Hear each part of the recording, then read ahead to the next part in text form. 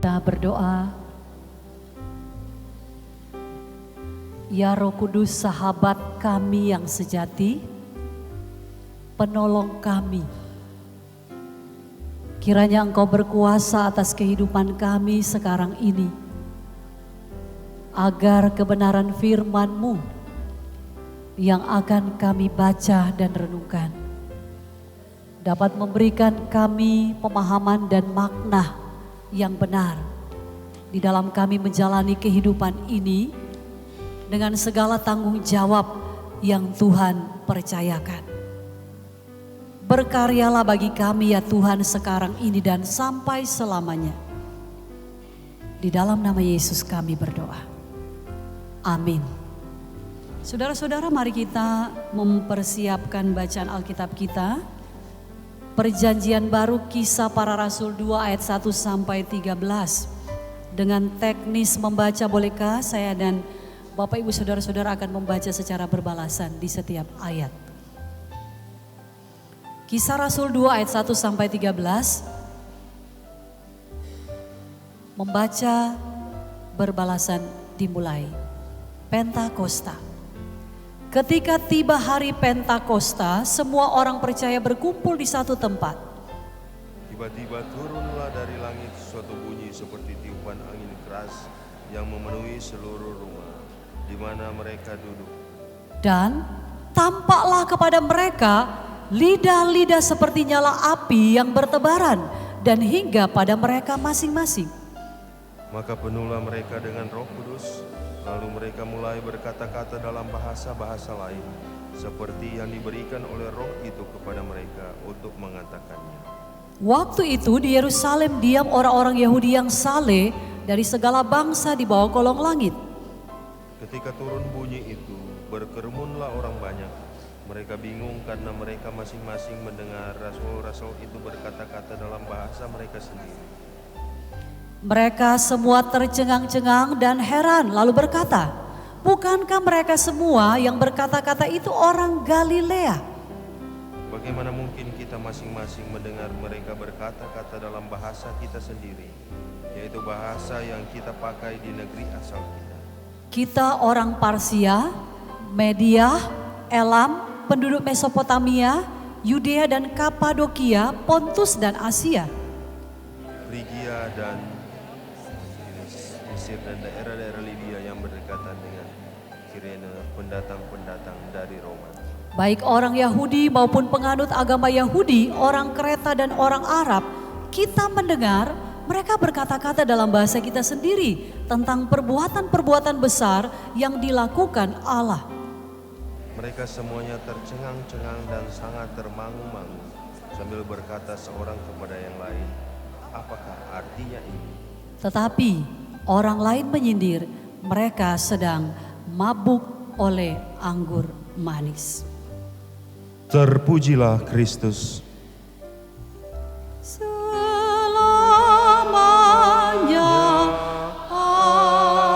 amin.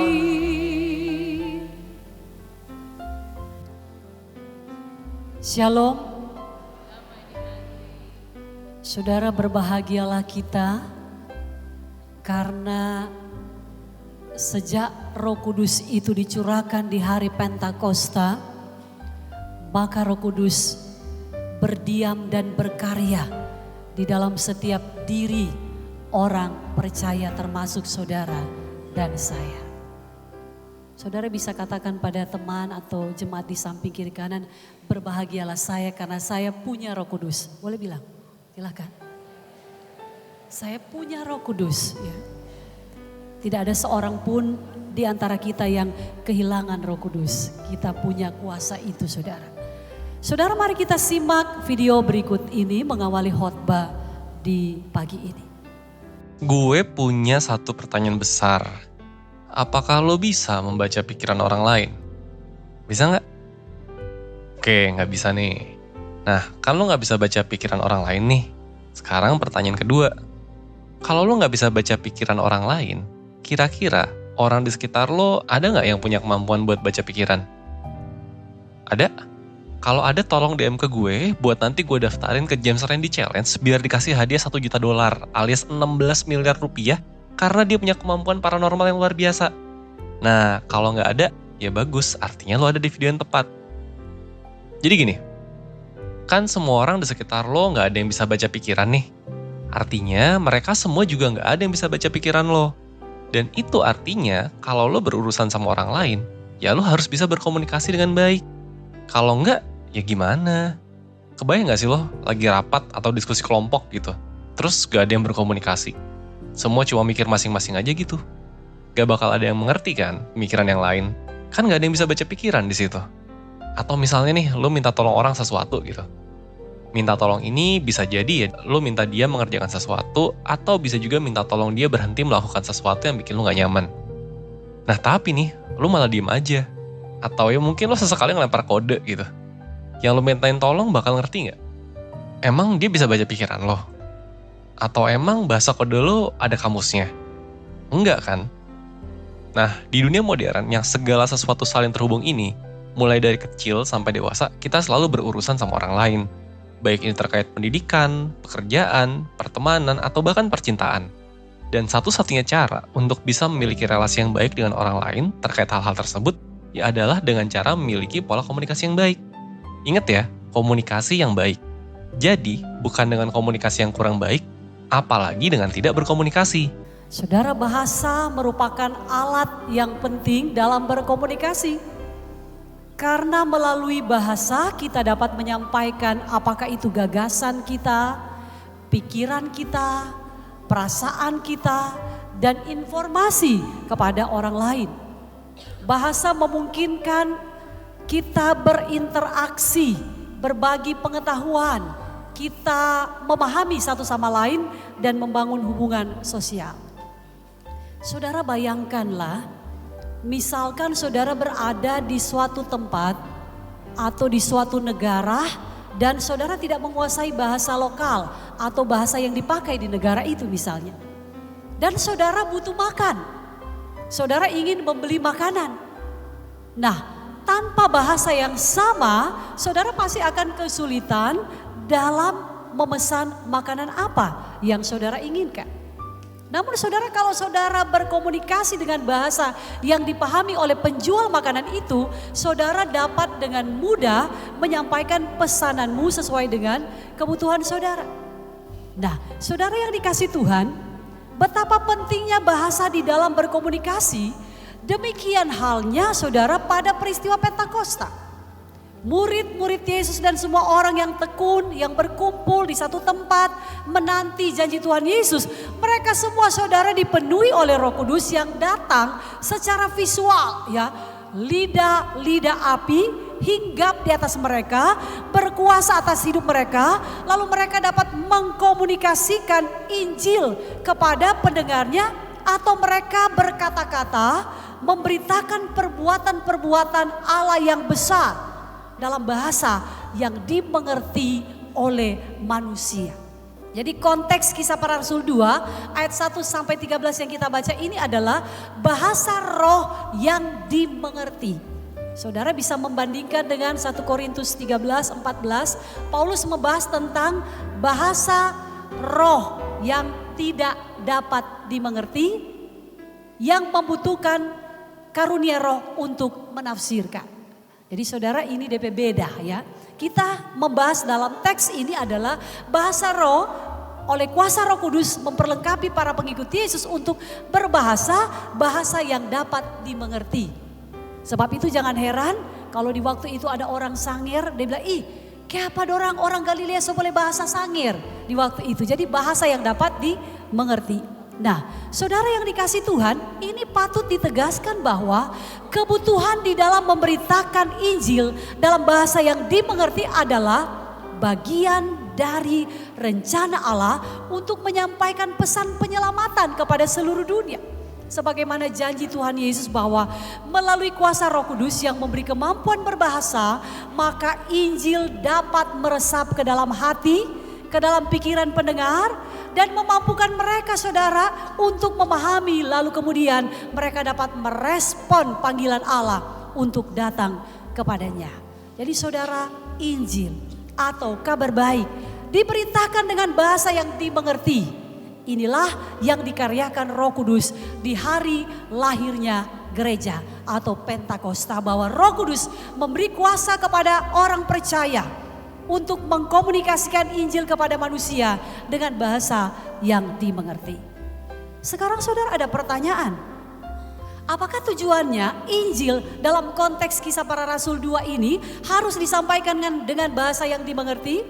Saudara, yang pertama adalah ini merupakan bukti bahwa Roh Kudus berkarya di dalam kehidupan orang percaya di waktu itu.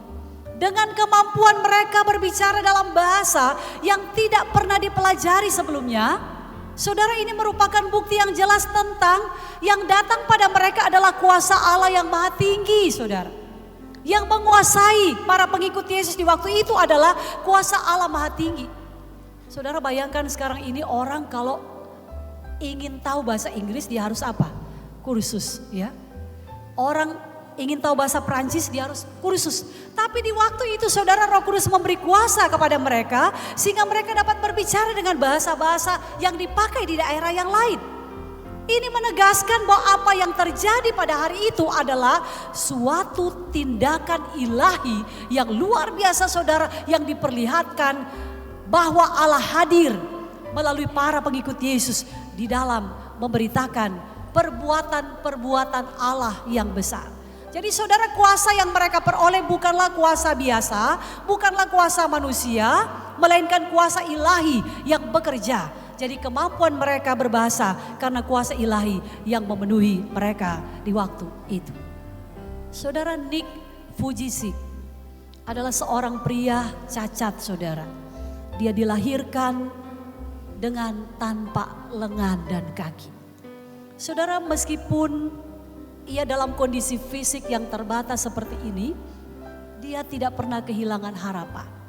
Saudara, dia memiliki keyakinan besar bahwa ada kuasa yang besar di balik penderitaannya yang dapat mengubah dia, saudara.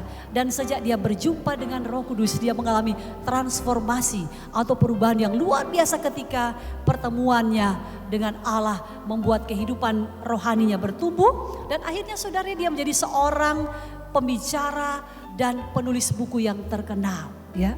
Bayangkan saudara, ya. Banyak orang tidak jarang, saudara, berfokus hanya pada keterbatasan, ya. Dan lupa bahwa ada kuasa besar, ya, ini kuasa ilahi Roh Kudus yang siap menolongnya. Nick mengalami bagaimana Allah Roh Kudus benar-benar mengubah hidupnya. Saudara, masihkah saya dan saudara meyakini kuasa Roh Kudus sanggup mengubah kehidupan kita? Apapun keadaan kita, saudara, yang kita alami sekarang ini, ataukah saudara masih berkata, wah, mustahil lah Bu Pendeta, mustahil, tidak mungkinlah. Saudara, ingatlah bahwa Allah Roh Kudus tidak ada yang mustahil, ya. Di dalam kuasanya tidak ada yang mustahil. Kemudian mengapa saudara Injil harus diberitakan dengan bahasa yang dimengerti ketika Roh Kudus datang kepada pengikut Yesus? Saudara, yang kedua adalah agar Injil atau kabar baik dapat disebarkan. Tujuan utama saudara pemberian berbahasa dalam konteks ini adalah untuk menyampaikan kabar baik tentang Yesus Kristus kepada orang-orang yang belum pernah mendengar. Kepada orang-orang yang belum mengenal Yesus. Sehingga pada hari Pentakosta ketika murid-murid dan pengikut Yesus dipenuhi Roh Kudus, mereka diberi kemampuan untuk berbicara dalam berbagai bahasa yang dipahami oleh orang-orang yang hadir dari berbagai bangsa dan budaya pada waktu itu. Saudara, ingat ketika Johann Friedrich Riedel dan Johann Gottlieb Schwarz, ya, mereka datang di tanah Minahasa sebagai misionari untuk memberitakan Injil. Apa saudara yang dilakukan oleh Riedel dan Schwarz pada permulaan? Saudara, mereka mempelajari bahasa setempat. Kalau saudara dua misionari ini tidak mempelajari bahasa, dengan apa saudara Injil akan diberitakan? Bayangkan saudara, seandainya mereka tidak paham dengan bahasa setempat, pasti saudara orang-orang tua kita di waktu itu akan menolak mereka. gitu kan. Apalagi di zaman itu orang bilang dorang adalah orang-orang alifuru. Apa tuh alifuru? Apa tuh alifuru? Belum kenal tuh Tuhan ya. Dorang kenal dengan Tuhan yang ada di batu besar, di pohon-pohon.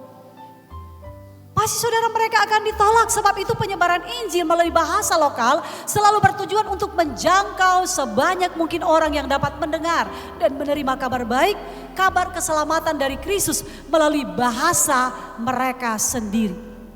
Dan Roh Kudus saudara memberi kuasa mempelajari suatu bahasa baik untuk tujuan memberitakan Injil secara efektif. Tetapi juga kalau Bapak Ibu Saudara ingin mempelajari satu bahasa dengan tujuan benar, Allah pasti akan membuka-buka jalan. Saudara, saya dan saudara sudah menerima kabar keselamatan itu melalui karya Roh Kudus yang diwariskan oleh orang-orang tua kita, ya, melalui bahasa yang dapat mereka terima, bahasa setempat, melalui 2 tokoh pekabar Injil yang datang di tanah Minahasa. Nah, saudara, ketiga, mengapa saudara Injil harus diberitakan dengan bahasa yang dapat dimengerti atau bahasa manusia? Karena kemampuan berbahasa yang diberikan oleh Roh Kudus memiliki tujuan untuk menciptakan persatuan dalam tubuh Kristus. Saudara perhatikan di dalam teks tadi berkata, meskipun hadir dalam berbagai bahasa, para pendengar pada hari Pentakosta dapat mendengar dan memahami pesan Injil yang sama. Wah, luar biasa. Pemberitaannya cuma satu saudara, Yesus yang mati dan bangkit naik ke sorga dan akan datang kembali. Itu hanya satu inti Injil yang diberitakan. Dan ini membangun kesatuan di antara mereka sebagai pengikut Kristus. Dan memperlihatkan bahwa kuasa Roh Kudus tidak terbatas oleh perbedaan bahasa dan budaya. Orang-orang yang mendengar pemberitaan yang intinya cuma satu, mereka apa disebut tadi? Tercengang-cengang. Sama-sama mengerti walaupun orang dari tempat berbeda, bahasa berbeda, tetapi semua sama-sama tercengang-cengang. Mereka mengerti. Saudara, apakah buku terlaris di dunia 50 tahun terakhir ini? Jawabannya adalah Alkitab. Saudara, menurut Guinness World Records, sebuah organisasi yang mengumpulkan dan mencatat rekor-rekor dunia yang luar biasa, unik ya. Saudara, Alkitab menempati urutan pertama. Sesudah itu ada buku-buku lain, kalau Bapak Ibu penggemar Harry Potter, ada The Lord of the Rings ya yang sudah difilmkan, ada Alice Wonderland. Saudara bayangkan dalam grafik ini saudara bisa melihat perbedaan percetakan ya Alkitab itu lebih dari buku-buku selanjutnya. Ini 10 buku yang dicetak paling banyak diminati, yang terlaris. Nah saudara, tahukah kita Alkitab telah diterjemahkan dari 6.900 kira-kira bahasa yang ada di dunia. Hampir 3.000 bahasa di dunia sudah diterjemahkan. Wow, incredible, luar biasa. Karena itu jangan heran saudara, di budaya suku kita telah ada saudara Alkitab berbahasa terjemahan Manado misalnya, Sangir Talaut dan ribuan bahasa lainnya. Saudara, kita harus menghargai keberagaman budaya dan bahasa dan berusaha untuk menyampaikan Injil Kristus agar mereka menerima dengan cara yang relevan dan mereka pun saudara akhirnya diubahkan dengan kebenaran yang mereka terima. Oleh kuasa Roh Kudus memakai lembaga terjemahan Alkitab di dunia ya, termasuk lembaga Alkitab Indonesia. Walaupun dengan berbeda bahasa diterjemahkan, tetapi inti pesan Injil itu tetap sama. Dan Roh Kudus berkarya melalui terjemahan Alkitab memungkinkan pesan Injil untuk meresap ke dalam budaya dan konteks masyarakat setempat, sehingga gereja-gereja dari berbagai latar belakang memiliki landasan yang sama di dalam iman dan mereka saling mendukung dan memperkuat satu sama lain. Jadi saudara, tujuan bahasa dimengerti dengan karya Roh Kudus, Injil itu disampaikan adalah untuk mempersatukan orang percaya di seluruh muka bumi ini. Kemudian saudara, yang terakhir, mengapa Injil harus diberitakan dengan bahasa yang dapat dimengerti? Yang keempat terakhir, untuk menggenapkan nubuat. Dalam kitab Yoel, dalam liturgi kita tadi dikatakan bahwa Nabi Yoel bernubuat tentang hari ini. Hari Tuhan. Dan Tuhan Yesus pun mengulang kembali sebelum dia terangkat ke sorga. Dia memberikan janji kuasa itu untuk para murid. Jadi peristiwa Pentakosta yang tercatat dalam Kisah Para Rasul 2 ayat 1-13 adalah penggenapan dari nubuat ini, saudara. Saudara, Allah kalau berjanji, ia selalu menepatinya. Bagaimana dengan kita manusia? Seorang pemuda hidup di desa nelayan. Pemuda ini adalah anak cerdas dan memiliki impian, saudara, untuk menjadi orang kaya dan sukses. Saudara, dia bilang, Bu, satu hari dia katakan, Bu, ibunya adalah seorang janda, saudara, yang pekerja keras. Bu, saya ingin membanggakan ibu. Saya harus pergi merantau agar kehidupan kita bisa berubah. Singkat cerita, seiring berjalannya waktu, perlahan-lahan dia sudah menjadi orang sukses di tanah di mana ia merantau. Sayangnya saudara, dia sudah melupakan janjinya pada ibunya. Di suatu hari ia naik ke sebuah kapalnya bersama istri dan para pekerjanya. Dan mereka singgah, saudara, di salah satu pulau yang ternyata pulau itu adalah kampung halamannya.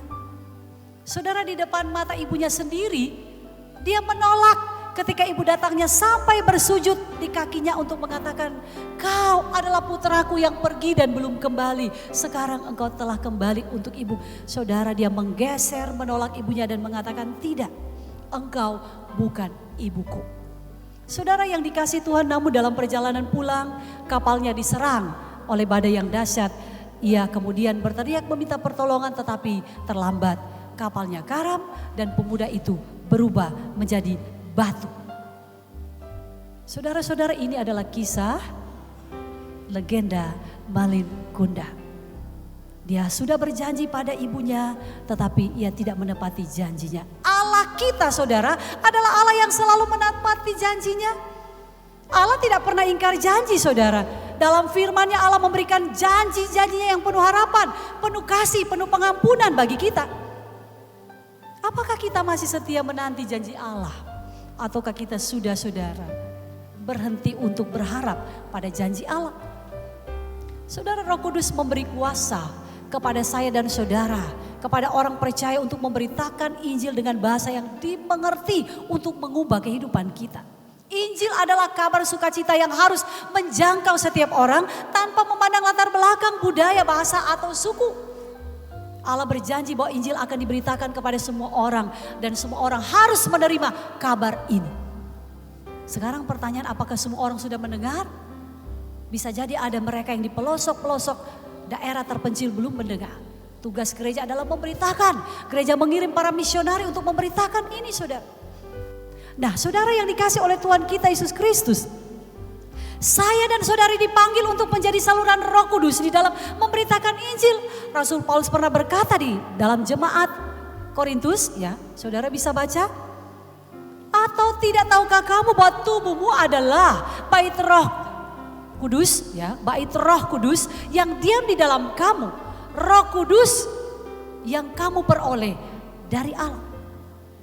Saudara, pernyataan ini menegaskan bahwa setelah seseorang percaya kepada Yesus Kristus, Roh Kudus datang untuk tinggal secara permanen dan berkarya di dalam diri orang percaya.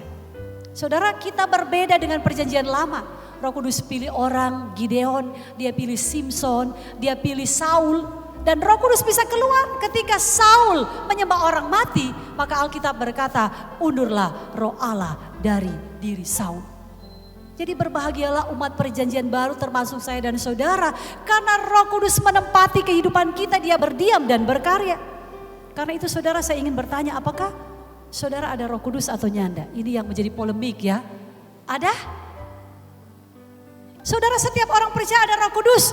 Jangan percaya pada ajaran yang mengatakan Roh Kudus hanya ada pada kami dan kalian tidak ada Roh Kudus. Alkitab menyaksikan hari ini, saudara.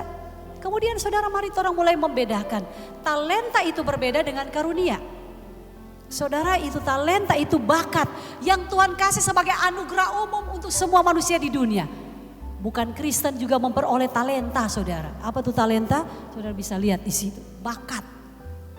Bisa saudara kursus, bisa saudara dapat dari apa? Pembawaan, ya, gen orang tua, genetika orang tua. Saudara Nito menyanyi, boleh latihan menyanyi.